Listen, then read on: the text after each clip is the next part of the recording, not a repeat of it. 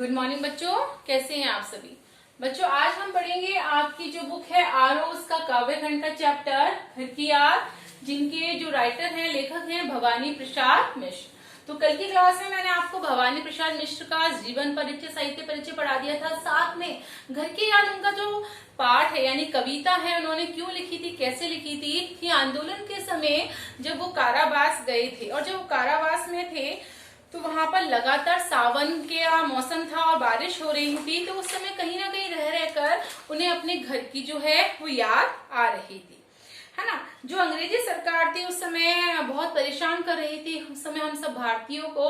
तो उस समय बहुत सारे असहयोग आंदोलन चलाए जा रहे थे और असहयोग आंदोलन में भाग लेने के कारण भवानी प्रसाद मिश्र को कारावास भेज दिया गया था, जहां उनको अपने घर की जो याद है बहुत सताती है। तो आइए आज हम इसको पढ़ते हैं, कविता को। देखिए, आज पानी गिर रहा है, बहुत पानी गिर रहा है, रात भर गिरता रहा है, प्राण मन घिरता रहा है। बहुत पानी गिर रहा है, घर नजर में तिर रहा है, घर की मुझसे दूर है जो, घर खुशी का पूर है जो। तो भवानी प्रसाद मिश्र को अपने घर की याद आती है और वो अपने घर के बारे में बहुत कुछ बताने की कोशिश कर रहे हैं। तो आइए समझते हैं। देखिए, आज पानी गिर रहा है, हमारे जो कवि हैं वो ये कहने की कोशिश कर रहे हैं कि आज बादलों से निरंतर जो पानी है वो बरस ही जा रहा है, अर्थात मूसलाधार बारिश हो रही है, लगातार बहुत ही पानी बरस रहा है। आज जो ये वर्षा है वो पूरी रात हो रही है, मतलब वर्षा जो है वो रुकने का नाम नहीं ले रही है, पूरी रात वर्षा हो रही है। जैसे जैसे पानी का वर्षा का पानी गिरता जा रहा है, वैसे वैसे हमारा कवि का जो हृदय है और उसके जो प्राण है अपने घर की स्मृतियों में गिरते जा रहे हैं। अर्थात जैसे जैसे हम कई बार बाहर होते हैं और वहां पे मौसम खराब होता है, बारिश आती है, तो कहीं ना कहीं हमारा जो मन है, हमारा हृदय है, हमारी स्मृतियां हैं, वो कहीं ना कहीं हमें घर की याद दिलाती है। हमारा जो दिल है, हृदय है, घर की स्मृतियों में घिर जाता है। उसी प्रकार हमारे कवि के साथ भी यही हो रहा है। कितना पानी गिर रहा है, वो कह रहे हैं कि रात भर पानी गिर रहा है और ऐसे गिरते हुए पानी में कवि का जो हृदय है और उसके जो प्राण हैं अपने घर की स्मृतियों में घिरते जा रहे हैं। बहुत पानी गिर रहा है, घर नजर में तिर रहा है। वो कह रहे हैं कि इस घनघोर वर्षा में जो अपना घर है वो कहीं ना कहीं कवि को अपना जो घर है वो उसकी आंखों की में दिखाई दे रहा है, अर्थात घर की जो छवि है वो आंखों में उनके तैर आई है। किसकी? घर की। अर्थात घर की जो स्मृतियां हैं, यादें हैं, उसकी आंखों में, कवि की आंखों में उभर कर सामने आ गई हैं। कहीं ना कहीं उनकी जो यादें हैं, स्मृतियां हैं, वो उनको आंखों में दिख रही हैं। घर की मुझसे दूर है जो, घर खुशी का पूर है जो।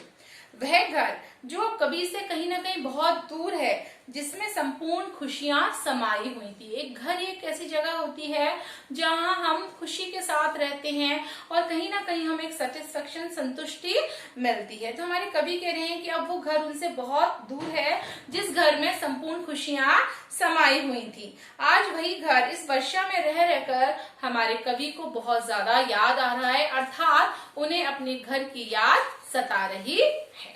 आइए सकते हैं।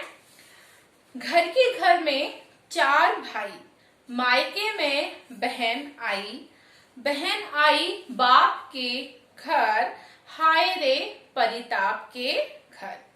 घर के घर में सब जुड़े हैं, सबकी इतने कब जुड़े हैं, चार भाई चार बहनें, बुझा भाई प्यार की बहनें।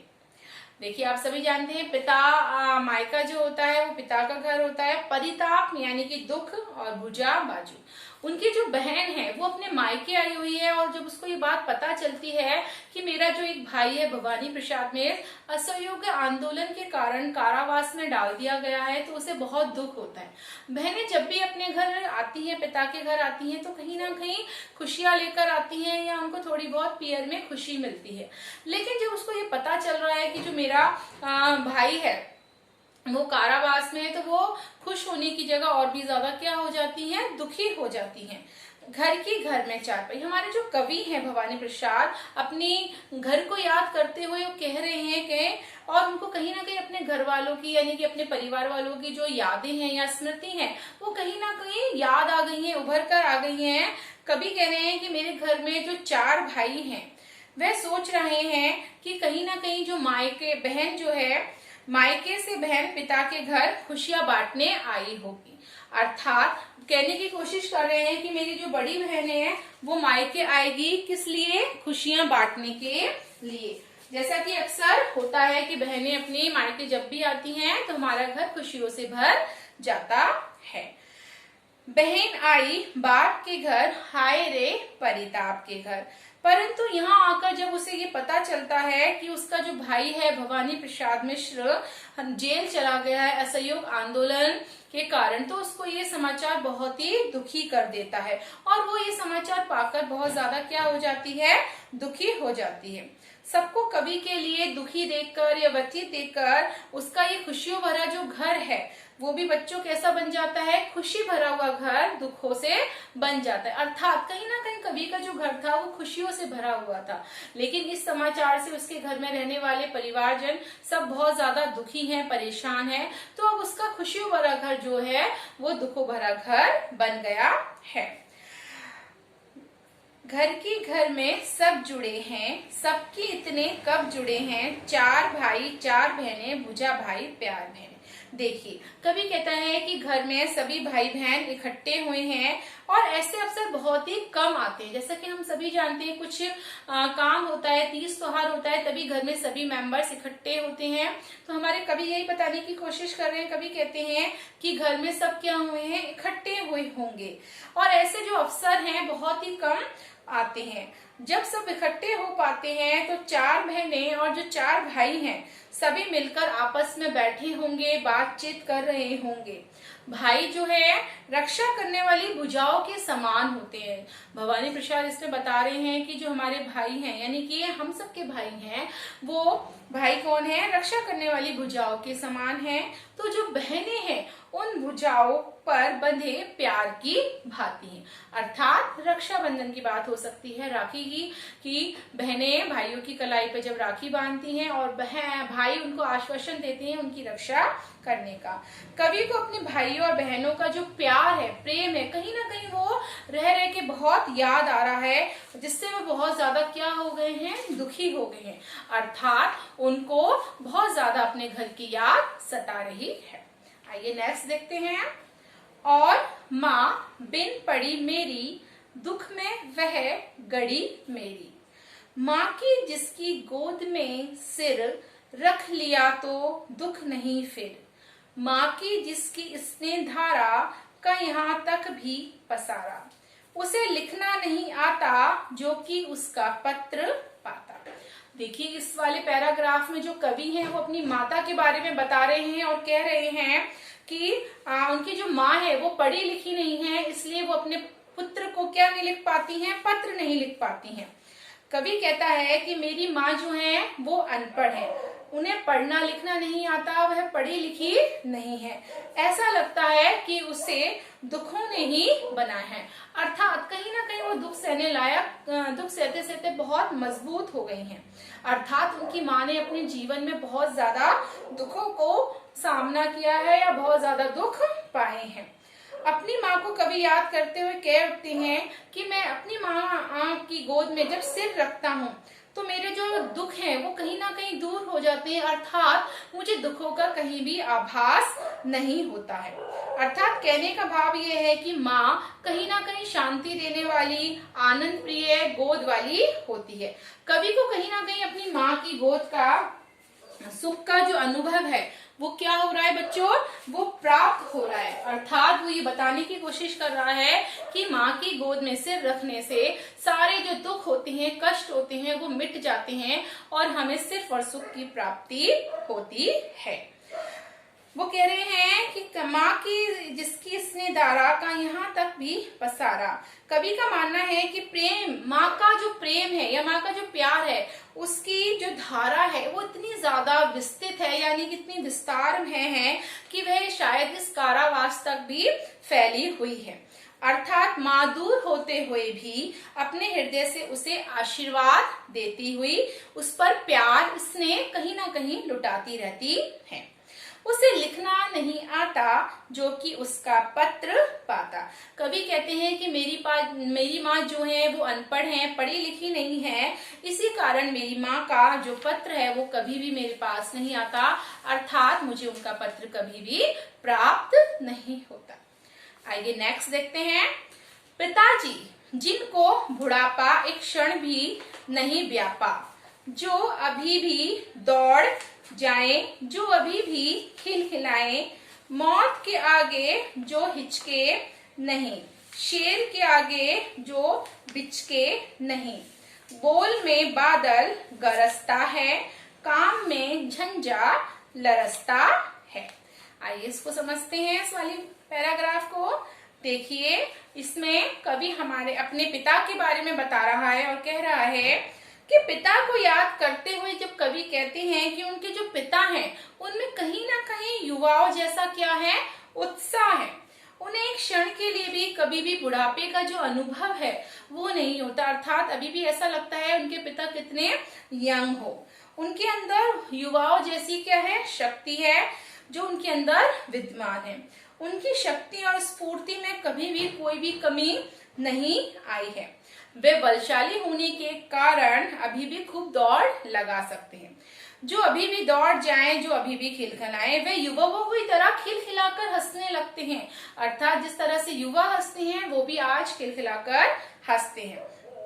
मौत के आगे ना हिचके, शेर के आगे ना बिचके। वो बता रहे हैं अपने पिता के बारे में कवि कि उनके पिता निडरता की साक्षात मूर्ति है, प्रतिमा है। उनको मौत से भी बिल्कुल डर नहीं लगता, अर्थात मौत से भी वो भयभीत नहीं होते। शेर के आगे भी वे कभी डरने वाले नहीं है, शेर भी उनके सामने आ जाए तो वे उससे भी नहीं डरते हैं। बोल में बादल गरजता, काम में झंझा लरसता। उनकी आवाज में बादलों की गरज के समान बल है और गंभीरता है। जिस तरह बादल गरजते हैं इसी तरह उनकी आवाज में भी गर्जन है। काम करने में बहुत ज्यादा गतिशील है और आंधी की प्रचंड वेग की तरह वे काम करते हैं। जिस तरह बहुत स्पीड से, तेजी से आंधी आती है, उसी तरह उनकी काम करने की गति भी है। और मार्ग में आने वाली जो भी बाधाएं हैं, विघ्न हैं, उससे वे कभी भी व्याकुल यानी कि विचलित नहीं होते हैं। आइए नेक्स्ट पढ़ते हैं। आज गीता पाठ करके, दंड 260 करके, खूब मुगद्दर हिला लेकर, मूठ उनकी मिला लेकर, जबकि नीचे आए होंगे, नैन जल से छाए होंगे, हाय पानी गिर रहा है, घर नजर में तिर रहा है। कवि को अपने घर की रह रहकर बहुत याद आ रही है। वो अपने पिता के जो संस्कृतियां हैं, सांस्कृतिक काम है, उनके बारे में बता रहे हैं, संस्कार के बारे में बता रहे हैं। कवि अपने पिता के बारे में बताते हुए कहती हैं कि आज रोज नियम के अनुसार वो आज सुबह भी उन्होंने क्या करा होगा, गीता का पाठ किया होगा। उसके पश्चात 260 दंड मिलाकर मुट्ठी में मुगद्दर को पकड़कर हिलाते हुए उन्होंने खूब व्यायाम भी किया होगा। व्यायाम करने के बाद जब वे नीचे आए होंगे तो मुझे याद करके कहीं ना कहीं उनकी आंखें भर आई होंगी, अर्थात उनकी आंखों में आंसू आ गए होंगे। अन्य भाइयों बहनों को तो वहां पर खेल रहे होंगे, सब वहां पर होंगे, लेकिन मुझे ना पाकर वह रो पड़े होंगे। कवि बहुत ही बेचैन होकर, व्यतीत होकर कह रहा है कि आज जो पानी है बहुत बरस रहा है और इस बरसते हुए पानी में मेरा जो घर है, वो मेरी घर की जो स्मृतियां हैं रह रहकर मेरी आंखों में घिर रही हैं। आइए नेक्स्ट देखते हैं। 4 भाई 4 बहिनें, बुझा भाई प्यार बहिनें, खेलते या खड़े होंगे, नजर उनको पड़े होंगे, पिताजी जिनको बुढ़ापा एक क्षण भी नहीं व्यापा, रो पड़े होंगे बराबर पांचवें का नाम लेकर। जैसा कि मैंने आपको बता दिया, जो लेखक है हमारी भवानी प्रसाद मिश्र, वो 4 भाई और 4 बहनें हैं और लेखक हमारे 5वें नंबर के भाई पर थे। तो अपने पिता के बारे में बात कर रहे हैं और अपने भाई बहनों के बारे में बात कर रहे हैं भवानी प्रसाद मिश्र। कवि सोच रहे हैं कि जब पिता गीता का पाठ करके और व्यायाम करने के बाद जब नीचे आए होंगे, उन्होंने वहां पर सब पूरे परिवार को देखा होगा, चारों भाई बहनों को वहां खड़े होके देखा होगा, जो कि आपस में क्या कर रहे थे, प्यार से खेल रहे थे।